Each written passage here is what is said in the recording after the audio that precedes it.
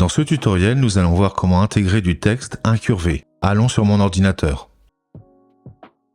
Alors bonjour à tous, ceci est la troisième nouveauté de Filmora 13.5 que je vous montre. D'ailleurs je vous invite à aller voir les deux autres quand vous aurez l'occasion. Pour vous illustrer cette nouveauté, je vais créer cette animation qui est parfaite pour créer une intro. Donc j'ai placé sur ma timeline déjà cette vidéo de montagne. Voilà, et on va placer au-dessus nos titres. Je clique sur ce bouton de la barre des tâches. Saisie de texte rapide. On va le placer au milieu. On va double-cliquer dessus.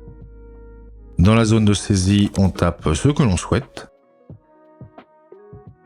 Voilà. Au niveau de la fonte, personnellement, j'aime bien celle-là. Je trouve qu'elle est un peu classe. On va cliquer sur OK pour sortir. Maintenant, je vais cliquer droit sur mon texte sur la timeline. Et je vais choisir dupliquer. On replace correctement s'il y a besoin. Et là, maintenant, je vais personnaliser le second titre. J'ai choisi découverte. Donc maintenant, on a nos deux titres, mais par contre, on n'a pas ajouté de courbe.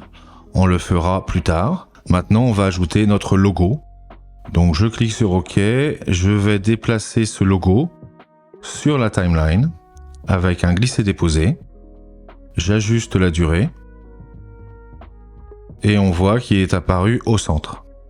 On va lui donner une petite animation sympa. Donc je double-clique dessus. On va dans l'onglet Images, Animation. On va choisir Fondu 2. Voilà, comme ça apparaît avec un effet de fondu et ça va disparaître aussi avec un effet de fondu. Bon, maintenant on va placer nos titres au-dessus et en dessous. Je double-clique sur le texte randonnée. Je le déplace. Je scrolle encore vers le bas et on voit qu'il y a cette nouvelle option forme. D'ailleurs, c'est indiqué New, donc je l'active. Et on voit qu'il est apparu sur ma fenêtre de prévisualisation avec une courbe. Donc je fais la même chose pour l'autre champ de texte. Donc je double-clique sur découverte. J'active l'option forme. Et je vais par contre choisir l'incurvation du dessous. Voilà, pour éviter de déplacer mon logo, je vais cliquer sur le cadenas, verrouiller la piste. Voilà. Ça va permettre de me déplacer le texte découverte plus facilement. Donc je le place en dessous. Je trouve que c'est un peu trop décalé, donc on va retourner dans le menu contextuel et on va diminuer la force. Voilà, je trouve que c'est plus joli comme ça. Et maintenant, on va ajouter des mots-clés à notre vidéo de montagne pour rendre le titre et le logo plus lisibles. Donc, je me place à l'endroit souhaité. Je double-clique sur la vidéo. Je vais aller sur opacité. Je vais cliquer sur le petit diamant, le losange.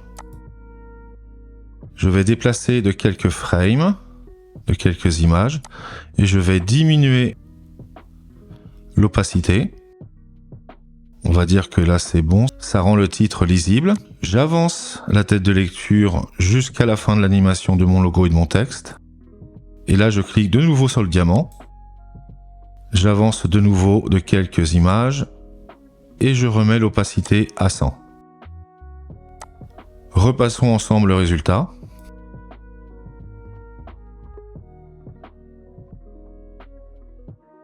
Donc là, je vais sélectionner cette image clé, je vais la déplacer sur la droite. Je trouve que l'animation est trop rapide. Idem pour l'autre image clé. On va espacer tout ça. Ça sera plus réussi.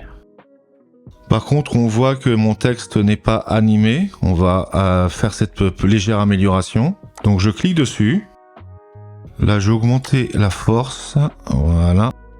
Maintenant, je clique sur l'onglet Animation et je vais choisir Apparaître en entrée. Voilà. Maintenant, je clique sur Sortie et je choisis une autre animation. Ouais, celle-là, ça sera très bien. Et je fais la même chose pour l'autre qui est en dessous.